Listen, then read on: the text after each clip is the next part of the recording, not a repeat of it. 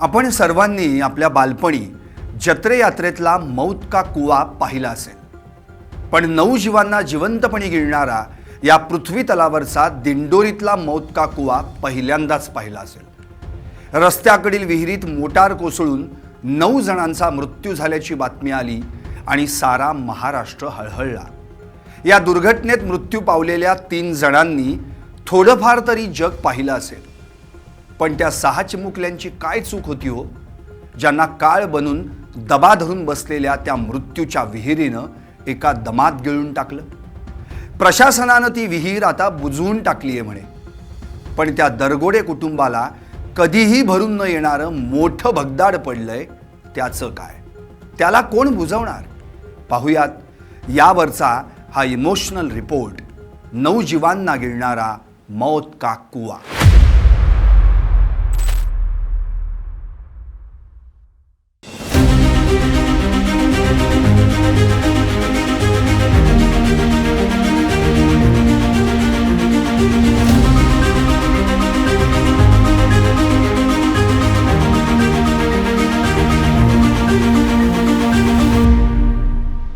नमस्कार, मी संदीप आणि आपण पाहताय एलएस मराठी। शुक्रवारी म्हणजे 3 एप्रिल रोजी वडजे क्लासेसच्या वतीनं दिंडोरीतील शिवाजीनगरच्या राजे बँक्वेट हॉलमध्ये स्नेहसंमेलन व गुणगौरव सोहळ्याचं आयोजन करण्यात आलं होतं। या कार्यक्रमाला दिंडोरीसह आसपासच्या गावांमधील विद्यार्थी आणि त्यांचे पालक मोठ्या संख्येनं उपस्थित होते। याच कार्यक्रमास उपस्थित राहण्यासाठी इंदोरेमधील सुनील दत्तात्रय दरगोडे आपल्या कुटुंबातील मुलांना घेऊन गेले होते।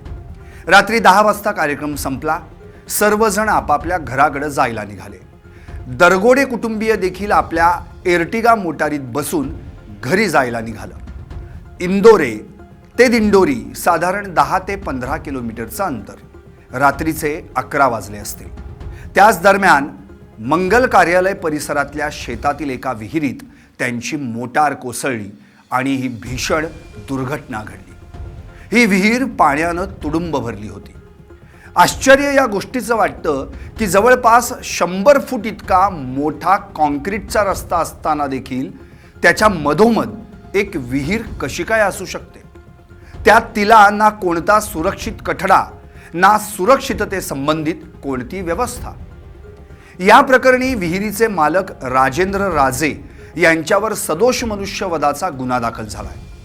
1972 पासून या जागेवर ठाण मांडून बसलेल्या याच विहिरीनं दुष्काळात साऱ्या गावाला पाणी पाजलं होतं। या विहिरीवर आधी जाळी व अँगल होते, मात्र ते कुणीतरी काढून नेले। आम्ही नगरपंचायतीकडे विहिरीवर जाळी बसवून देण्याची मागणीही केली होती, असंही या विहीर मालकानं सांगितलं। प्रशासनाकडून कशा आणि काय काय चुका झाल्या हे ऐकून तर तुम्ही चक्रावून जाल। या विहिरीवर म्हणे स्लॅब टाकायचा होता, म्हणून तिचे संरक्षक कठडे वाढवण्यात आले नव्हते, अशी धक्कादायक माहिती समोर आली आहे। स्लॅब टाकण्यासाठी निधीचा पुरवठा व्हावा म्हणून जिल्हा नियोजन समितीकडे प्रस्ताव पाठवण्यात आला होता, अशी ही माहिती आहे।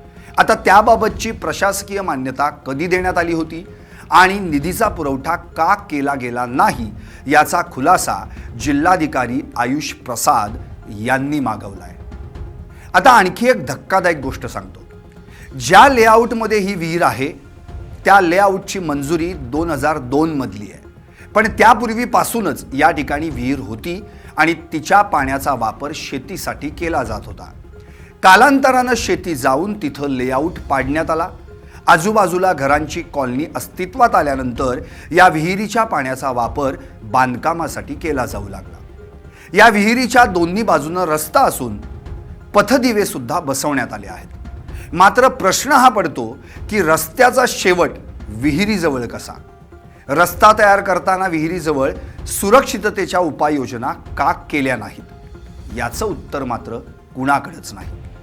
अंधारामुळे चालकाला कठडा नसलेल्या विहिरीचा अंदाज आला नसावा, असा अंदाज प्रत्यक्षदर्शींकडून व्यक्त करण्यात आला असला तरी वाहन चालकानं गुगल मॅपचा वापर केला होता का? त्यावेळी गुगल मॅपनं चुकून काही वेगळा रस्ता दाखवला होता का, याचाही पोलिसांनी तपास करावा, अशा सूचना देखील जिल्हाधिकाऱ्यांनी केल्या आहेत। त्या दिवशी स्नेहसंमेलनासाठी परिधान केलेल्या वेशभूषेतील चिमुकल्यांचे मृतदेह पाहून सारी दिंडोरी हळहळली.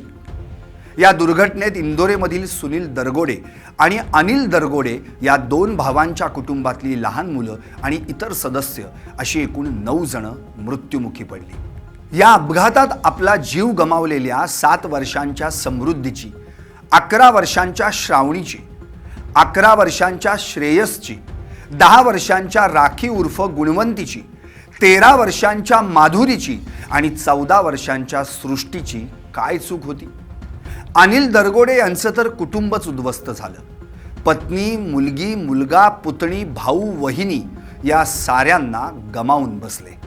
पत्नीसह आपल्या मुलामुलीला आणि पुतणीला स्वतः मोटारीत बसून ते दुचाकीवर बसून निघाले. श्रुती आणि नरेंद्र हे बहीण भाऊ मात्र त्यांच्या दुचाकीवर बसल्यानं सुदैवानं ते वाचले. दिंडोरी तालुक्यात पाण्यात अपघात घडलेली ही काही पहिलीच घटना नाही. यापूर्वी अशा 4 दुर्घटना घडल्यात.